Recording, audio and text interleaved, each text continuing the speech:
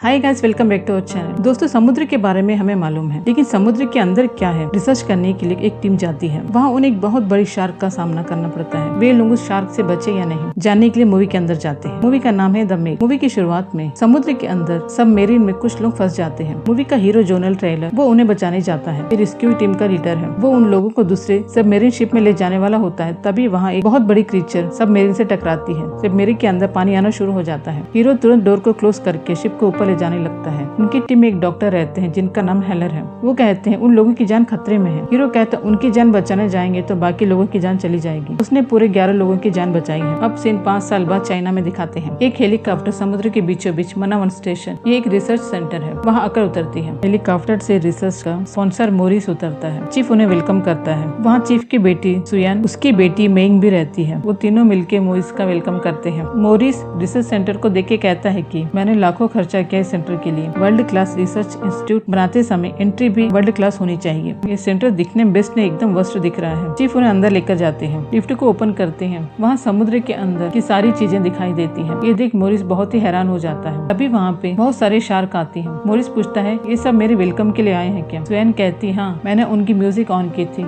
ये सुन के सब यहाँ आए हैं। चीफ मोरिस को अंदर लाकर सबका इंट्रोड्यूस करते हैं। चीफ एक लड़की को दिखा के कहते हैं ये हमारी इंजीनियर सब डिजाइनर जैक्स है। ये डॉक्टर हेलर मेडिकल ऑफिसर है। ये है डीजे रिमोट एक्सप्लोजर और ये है स्टेशन किंग मैक। चीफ कहते हैं कि हम सब सोच रहे थे कि समुद्र में मैरियाना ट्रीच सबसे गहरी जगह है, लेकिन मेरा कहना है कि ये हाइड्रोजन सल्फाइड का एक लेयर हो सकता है। लेयर के नीचे बहुत ठंड हो सकता है और एक अलग दुनिया भी हो सकती है। मोरिस पूछता है कि अगर ऐसा वहाँ कुछ नहीं हुआ तो क्या आपका पैसा पूरा पानी में बह जाएगा? ये सुन सब हंसते हैं। वहाँ लोरी को दिखाते हैं। वो बताती है कि हम लेयर के नीचे जा रहे हैं, ये जमीन नहीं क्लाउड है, हम लोग नीचे उतर गए हैं। सब खुश होते हैं। चीफ कहते हैं मैंने जैसे सोचा था वैसे ही हुआ। लोरी पूछती है वहाँ से इस जगह को आप लोग देख सकते हैं? डीजे कहता है नीचे लाइट्स डालो, वहाँ का नजारा बहुत ही सुंदर रहता है। चीफ कहते हैं हमने आज तक ऐसे जीव जंतु को कभी देखा भी नहीं होगा। तभी डीजे बताता है कि लोरी वहाँ कुछ है, वो तुम लोगों के पास आ रहा है। तभी रोवर का कनेक्शन कट जाता है। उनके सबमरीन से कुछ टकराता है और वहाँ का पूरा कनेक्शन कट जाता है। डॉक्टर हेलर कहते हैं कि टेलीमीटर से पता चल रहा है कि वे लोग जिंदा है। वे लोग सिर्फ 18 घंटे तक जिंदा रह सकते हैं। जैक्स कहती है कि बैलेस्ट वाल जाम हो गया है, वो ऊपर नहीं आ सकते। अगर अपन टो करके ऊपर लाएंगे तो टैंक फट जाएगा। वे लोग बहुत ही गहराई में है, आज तक कोई भी वहाँ नहीं गया। चीफ कहते कि हमें उन लोगों को बचाना ही होगा। जैक कहते इतनी गहराई में कौन जा सकता है? इससे पहले 10 मीटर गहराई तक 3 लोग गए थे, उसमें अब सिर्फ जोनल ट्रेलर ही बचा है। हेलर कहते हैं लास्ट टाइम उसने कुछ लोगों को वहीं मरने के लिए छोड़ दिया था। जैक कहता है उसने पूरे 11 लोगों की जान बचाई थी, उसमें आप भी हैं, भूल मत जाइए। जोनल ने कहा था कि सबमरीन से बहुत बड़ी चीज टकराई है। हेलर कहते हैं वो पागल और शराबी है, उसकी बातों पर विश्वास मत करो, 24 घंटे बाहर में ही रहता है। चीफ कहते हैं लोरी ने भी कहा था एक बहुत बड़ी चीज आके टकराई है। जोनल ने जो कहा था वो सच भी हो सकता है। सुएन को भी जोनल को बुलाने में इंटरेस्ट नहीं है। चीफ कहते हैं हेलीकॉप्टर को तैयार करो, हम जाके जोनल को लेकर आएंगे। थाईलैंड में जोनल को दिखाते हैं। वो शराब के नशे में बैठा है। उसके हाथ से खाली बोतल को लेकर दूसरी बोतल को पकड़ाते हैं। वहाँ से अपने घर बाइक से आता है। तभी वो एक हेलीकॉप्टर को देखता है। उसे देखने चीफ और जैक आए हैं। जोनल कहता है कैसे मेरी याद आ गई? जैक पूछता है मैंने सुना है तुम 24 घंटे बाहर में ही रहते हो। जोनल कहते हैं अच्छा, तो ये पूछने के लिए तुम लोग यहाँ आए हो? जैक कहता है हम लोग बहुत ही जरूरी काम से आए हैं। जोनल कहता है मुझे मालूम है, तुम लोग आए हो तो जरूर काम ही होगा। पहले मुझे काम बताओगे, मैं नहीं मानूंगा। फिर पैसे की लालच दिखाओगे, फिर भी मैं नहीं मानूंगा। फिर सेंटीमेंट से बात करोगे, लेकिन फिर भी मैं नहीं मानने वाला, क्योंकि मेरे पास तो दिल ही नहीं है। मैं एक शराबी हूँ, मैं क्या कर सकता हूँ? चुपचाप बियर पियो और यहाँ से निकलो। जैक वॉइस रिकॉर्ड सुनाता है। वो लोरी की आवाज है। वो कहती है यहाँ बहुत बड़ी चीज है, उसे हम नहीं देख सकते। जोनल ने ठीक ही कहा था कि उसने कुछ बहुत बड़ी चीज को देखी है। जैक कहता है लोरी के साथ तोशी और वाल भी है। वे लोग 11 मीटर नीचे फंस। चीफ कहता है मैं अपने टीम मेंबर को खोना नहीं चाहता, इंसानियत के खातिर तो तुम आ सकते हो, प्लीज हमारी मदद करो। दूसरी तरफ पानी के अंदर लोरी और वाल कंप्यूटर को ठीक करने की कोशिश करते हैं। तोशी कुछ लिख रहा है। वाल पूछता है तुम नोट्स लिख रहे हो क्या? वो कहता है नहीं, मैं अपनी वाइफ को लेटर लिख रहा हूँ, अगर मुझे कुछ हो गया तो। वाल कहता है हमें कुछ नहीं होगा, हम सब सेफ रहेंगे। तभी वहाँ का लाइट सब ऑन हो जाता है। ग्लोरी कहती है पहले लाइट्स ऑफ करो, रोशनी को देख। फिर से उनके सबमरीन पर टकराती है, जिससे उन लोगों को चोट लग जाती है। दूसरी तरफ जैक्स बताती है वहाँ का ऑक्सीजन लीक होते जा रहा है, वे लोग सिर्फ 2 घंटे ही जीवित रह सकते हैं। सुएन कहती है कि मैं ग्लाइडर से जाकर टो करके लाती हूँ। जैक्स कहती है ऐसा करने से टैंक फट सकता है, तुम मर जाओगी। वो कहती है मैं जरूर जाऊंगी, चाहे मेरी जान क्यों न जाए। तभी उसकी बेटी मेंग पूछती है कहाँ जा रहे हो? सुएन कहती है कि हमारे फ्रेंड सब खतरे में हैं, मैं उन्हें बचाने जा रही हूँ। मेंग कहती खतरा ज्यादा है तो मैं भी आऊँ। सुएन कहती आज नहीं, फिर कभी चलेंगे, आज मैं जाकर उन लोगों को लेकर आती हूँ। वो मेंग को हक करती है। मेंग अपनी माँ को जाते हुए देखती है। तभी चीफ और जैक जोनल को लेकर आते हैं। जैक्स कहती है कि सर आपकी बेटी उन्हें बचाने गई है। हेलर जोनल को चेक करते हैं। जोनल कहता है उन तीनों की जान खतरे में, तुम बाद में आके मुझे चेक करना। सबमरीन में आके बैठता है। वहाँ मेंग रहती है। वो कहती कहती है आप लूस अंकल हो। वो पूछता है किसने कहा। वो कहती है डॉक्टर हेलर और मेरी माँ सब आपको लूस अंकल कहते हैं। वो कहता मैंने एक चीज को देखा, उसके बारे में इन लोगों से कहा तो ये लोग मुझे पागल करके काम से निकाल दिए। वो कहती है मेरी माँ मर जाएगी क्या। जोनल कहते नहीं, मैं तुम्हारी माँ को सेफ से लेकर आऊंगा, ये मेरा प्रॉमिस है। फिर वो वहाँ से चली जाती है। जोनल बहुत ही स्पीड से पानी के अंदर जाता है। उसका ब्लड प्रेशर कम होते जाता है, उसके नाक से खून बहता है। उसको इंस्ट्रक्शन देती है कि स्पीड कम करने के लिए। वो कहता मैं स्पीड कम नहीं करूंगा, मुझे जल्दी पहुंचना होगा। सुएन को दिखाते हैं, वो सबमरीन को देख लेती है। उसे टो करने के लिए मैग्नेट हुक को डालती है। तभी उसके ग्लाइडर से कुछ टकराता है। वो ग्लाइडर को कंट्रोल करती है। वो देखती है कि क्या था वो जो इतने जोर से टकराया है। उसके ग्लाइडर में एक बहुत बड़ा ऑक्टोपस चिपका रहता है और उसे तोड़ने लगता है। यहाँ सब डर जाते हैं। बहुत बड़ी शार्क आकर ऑक्टोपस को अटैक करती है। ये देख हीरो कहता है मैंने पहले भी कहा था कि मैंने कुछ देखा है, ये वही है शायद, तुम लोगों ने मेरा विश्वास नहीं किया। जोनस स्वयं से कहता है शिप की सारी लाइट को ऑफ कर दो क्योंकि रोशनी को देखकर शार्क तुम्हारी तरफ आ रही है। तभी हीरो फ्लावर को पानी में फेंकता है। रोशनी देखकर शार्क उस तरफ आ जाती है। जोनल कहता है तुम्हारा ग्लाइडर बहुत ही डैमेज हो चुका है, सिलेंडर को तोड़ दो, तुम ऊपर चली जाओगी। वो सिलेंडर को तोड़ देती है और ऊपर चले जाती है। हीरो चीफ से कहता है तुम्हारी बेटी सेफ है। हीरो सबमरीन को देख लेता है। हीरो अपने सबमरीन से उस सबमरीन को कनेक्ट करता है। उस सबमरीन का डोर टूटा हुआ है। वो लॉक को तोड़कर अंदर आता है। वो लोरी और वाल को ऊपर उठाता है। तोशी ने क्या सोचा पता नहीं। वो अपना लिखा हुआ लेटर वाल के पैकेट में रख देता है और सबमरीन के डोर को क्लोज कर देता है। ऊपर से ये लोग चिल्लाते हैं क्यों ऐसा कर रहा है। तभी शार्क आकर उस सबमरीन से टकराता और वो सबमरीन टूट जाता है, जिससे तोशी भी मर जाता है। तभी इन लोगों को समझ में आता है कि वो इन लोगों को बचाने के लिए अपनी जान दे दिया। हीरो दोनों को सेफ से ऊपर लेकर आता है। ये देख सुयन डांटती है तुमने क्यों तोशी को छोड़ के आया। हेलर ठीक ही कह रहे थे, तुम एक पागल हो, तुम पर विश्वास ही नहीं करना था। वे लोग सेफली रिसर्च सेंटर तक पहुंच जाते हैं। वे लोग उस बड़ी शार्क पर रिसर्च करते जिसका नाम मेघ है। उन्हें पता चलता है कि काफी साल पहले ही खत्म हो चुकी थी। वे लोग सोचते हैं कि इस पर रिसर्च करना बहुत ही खतरनाक है। बेइंग उस रूम में जाती जहाँ से समुद्र साफ दिखाई देता है। वो खेलते हुए शीशे के पास जाती है। तभी एक बड़ी सी शार्क उस पर अटैक करती है। बुलेट प्रूफ शीशे होने की वजह से उसे कुछ नहीं होता, लेकिन मेघ के दांतों के निशान उस पर बन जाते हैं। सब लोग बच्ची की आवाज को सुनकर भाग कर आते हैं। तभी वहाँ छोटी शार्क आती है। सब समझते हैं कि छोटी शार्क को देखकर बच्ची डर गई है। मेघ आकर शार्क को खा लेती है। मैरियाना ट्रेंच का लेयर खुल चुका था, इसलिए ये नीचे से ऊपर आ चुकी है। तभी उन्हें न्यूज मिलती है कि कुछ मील दूर बोट पर अटैक हुआ है। वे लोग वहाँ जाकर देखते हैं, वहाँ एक नहीं बल्कि 3 बोट टूटे हुए हैं। चीफ कहती है हमें कुछ करना होगा, नहीं तो ये हमें भी मार सकती है। मेघ को बेहोश करके उसे एक केज में बंद करके रख देंगे। जोनल कहते हैं वो तो बहुत ही बड़ी है, वो किसी के काबू में नहीं आएगी, क्यों ना हम उस पर ट्रैकर लगाएं। चीफ कहते हैं ट्रैकर लगाने के लिए उसके करीब जाना होगा। जोनल उसके करीब जाने के लिए तैयार हो जाता है। उसे एक गन देते जिससे मेघ को शूट करना है। वो उसके करीब जा रहा होता है, तब वो गायब हो जाती है। जोनल को दूर से उसके विंग्स नजर आते हैं। वो शूट करके ट्रैकर सक्सेसफुली उस पर लगा देता है। जोनल को वापस आने के लिए रोप को खींचते हैं। उससे जो आवाज आती है वो आवाज सुन मेघ उसके पीछे आने लगती है। मेघ उस पर हमला करने ही वाली होती है। तभी बाकी के लोग उसे ऊपर खींच लेते हैं। वे लोग कहते हैं हमें जल्द से जल्द उसे बेहोश करना होगा, नहीं तो वो बहुत ही तबाही मचा देगी। वे लोग सुएन को एक बहुत ही मजबूत शीशे से बने बॉक्स में लॉक करते हैं और उसे एक केबल को अटैच करते हैं। सुएन के पास एक पॉइजन शॉट है, इसकी मदद से मेघ को बेहोश करना था। मेघ बॉक्स को तोड़ने की बहुत कोशिश करता है, लेकिन बॉक्स नहीं टूटता। अनलकीली वो केबल टूट जाता है। मेघ बॉक्स को अपने मुंह में ले लेती है। जोनल समुद्र में जाकर सुएन को उस बॉक्स से निकालता है। बाकी लोग समुद्र में मास्क का टुकड़ा फेंकते हैं ताकि मेघ वहाँ आ जाए। जैसे ही मेघ उस मास्क के टुकड़े के पास जाती है, इस बात का फायदा उठाकर टाइलर और सुएन समुद्र के ऊपर जाने लगते हैं, लेकिन मेघ उनको देख लेती है और अटैक करने आती है। उन लोगों की जान बच जाती है। सुएन पॉइजन इंजेक्शन को मेघ के मुंह में डाल देती है, जिससे जहर उसके शरीर में पूरा फैल जाता है। वो मर जाती है। जोनल और सुएन ऊपर आ जाते हैं, मेघ को भी ऊपर लेकर आते हैं। वे लोग काफी खुश होते हैं क्योंकि उन्होंने मेघ को मार लिया। अब उन्हें लग रहा था कि उन्हें नुकसान पहुंचाने वाला क्रिएचर अब कुछ भी नहीं बचा। बाल मेघ के पास खड़े होकर फोटो खींचने को कहता है। डीजे मेघ को थोड़ा हिला देता है, जिससे वो डर के पानी में गिर जाता है। तभी एक बहुत बड़ी मेघ आती है और उस आदमी को खा लेती है। वो उस मरी हुई मेघ की तरफ बढ़ रही थी। तभी दोनों मेघ के वजन से बोट डिसबैलेंस हो जाता है। मेघ एक और टीम मेंबर को खा लेती है। बाकी लोग अपनी जान बचाने के लिए 2 रेस्क्यू बोट में वहाँ से निकल जाते हैं, लेकिन मेघ उनके पीछे ही थी। तभी हेलीकॉप्टर आकर मेघ पर फायर करके उन्हें वहाँ से भगा देती है। चीफ काफी जख्म हो चुका था